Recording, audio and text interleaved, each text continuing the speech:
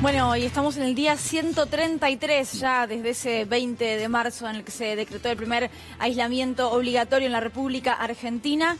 Lamentablemente 3.311 muertes. En comparación con otros países podemos decir que es poco, pero detrás de cada una de esas personas hay una familia, hay un grupo de amigos, hay una despedida en soledad, hay un sufrimiento. No deja de ser un número elevado para la realidad de los argentinos, y el número de infectados llega casi a 179.000, Julián. Y la pregunta es, ¿qué va a pasar en los próximos días? Porque no es solamente el AMBA, sino también son otros puntos del país los que en este momento reportan muchos casos diarios que no se venían reportando al menos hace 2 o 3 semanas. Así es, los números han venido de una forma realmente importante creciendo a lo largo de los últimos días. Algunos dicen, bueno, se estableció una especie de nueva meseta. Vamos a ver si eso en cada caso aplica.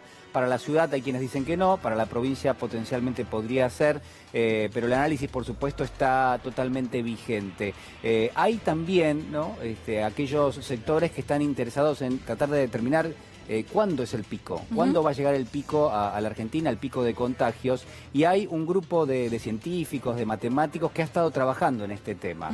Es una información muy interesante, es un comunicado que se dio a conocer hace algunas horas nada más. La Universidad de 3 de febrero, junto a los profesores asociados justamente de distintas cátedras vinculadas con la matemática, con la estadística, han determinado una especie de modelo que en principio les está arrojando una fecha. Esa fecha es el 10 de agosto. Sí, 10 días a partir del día de ayer. Vendría a ser que fue 29 de julio y estamos en comunicación con Néstor Barraza. Él es científico, pero voy a leer su cargo correcto. Es profesor asociado de probabilidad y estadística de la Universidad de 3 de febrero. Barraza, ¿cómo le va? Buenas tardes. ¿Me escucha? Profesor Barraza, ¿nos escucha? A ver.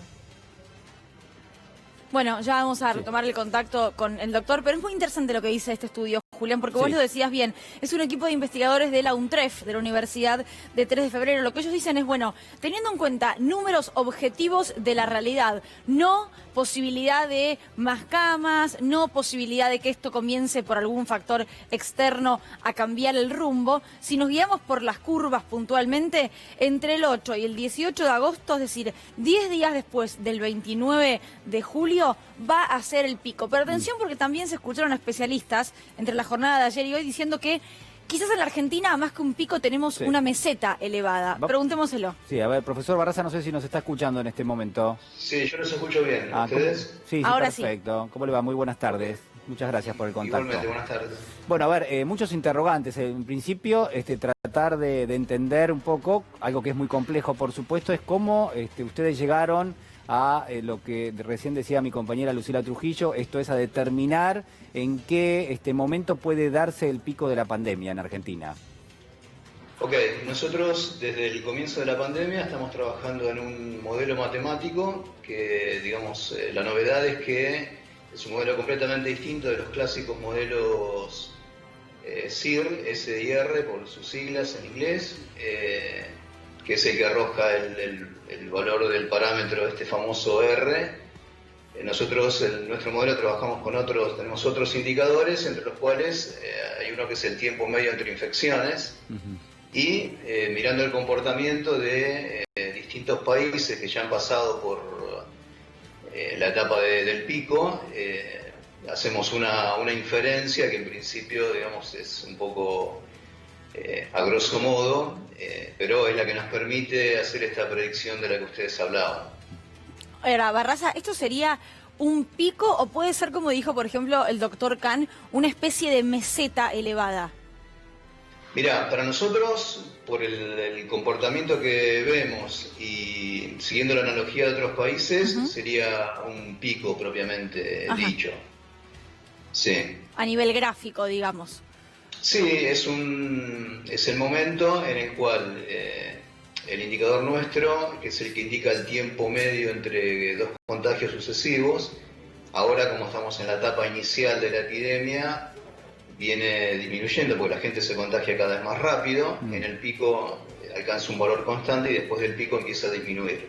La determinación del mínimo del tiempo medio entre infecciones es la que en lo que a nosotros nos permite hacer una predicción del pico en la tasa de contagios. Ahora, profesor, déjeme preguntarle algo, porque muchas veces se ha, no digo criticado, pero se ha comentado que al tener la Argentina una tasa de positividad tan importante, es decir, de la cantidad total del relevamiento, hay una tasa bastante fuerte que da positivo de COVID-19, lo que siempre se señaló es que no se están haciendo la cantidad de testeos necesarios, ¿no?, para que esa positividad dé un poco más bajo. Digo, ¿cómo ustedes pueden determinar cuál es el pico de los contagios si justamente quizás esos datos no representan tan bien la realidad? Bueno, sí, es una pregunta interesante y eso apunta al hecho de que todos los modelos, solamente el nuestro, digamos, requieren de muchas variables. Sí. Entonces, uno tiene que elegir para hacer una predicción rápida, porque la verdad es que para poder testear estos modelos, analizarlos con rigurosidad, eso requiere mucho tiempo y, como decía un colega hoy en una reunión de la Organización Panamericana de la Salud, a veces uno tiene que hacer evaluaciones y tomar decisiones en forma quick and dirty, ¿no? O sea, rápido y sucia. Entonces, para tomar una decisión y hacer una evaluación rápida, uno agarra los datos más que tiene a mano, digamos, y lo que nosotros, el objetivo nuestro era poder comparar el comportamiento de Argentina con otros países y el dato que teníamos disponible, digamos, para hacer esa comparación es el número de infectados en el momento en el que se comunica los positivos, ¿no? O sea, ya les digo, un análisis más riguroso, por supuesto, requeriría mucho más tiempo. En primera instancia, esta es la primera inferencia que nosotros podemos arrojar como dato. Ahora, Barraza, me pregunto la capacidad de las terapias intensivas, teniendo en cuenta esto que ustedes analizan que podría ser el pico dentro de 10 días más o menos, ¿va de la mano con la capacidad hospitalaria tanto del sector público y privado de la República Argentina en este momento, o habría un colapso? Mire, eso la verdad que es difícil de pronosticar. Lo que nosotros podemos decir es que la tasa de contagios, eso va en aumento, y en el momento del pico va a llegar a un máximo.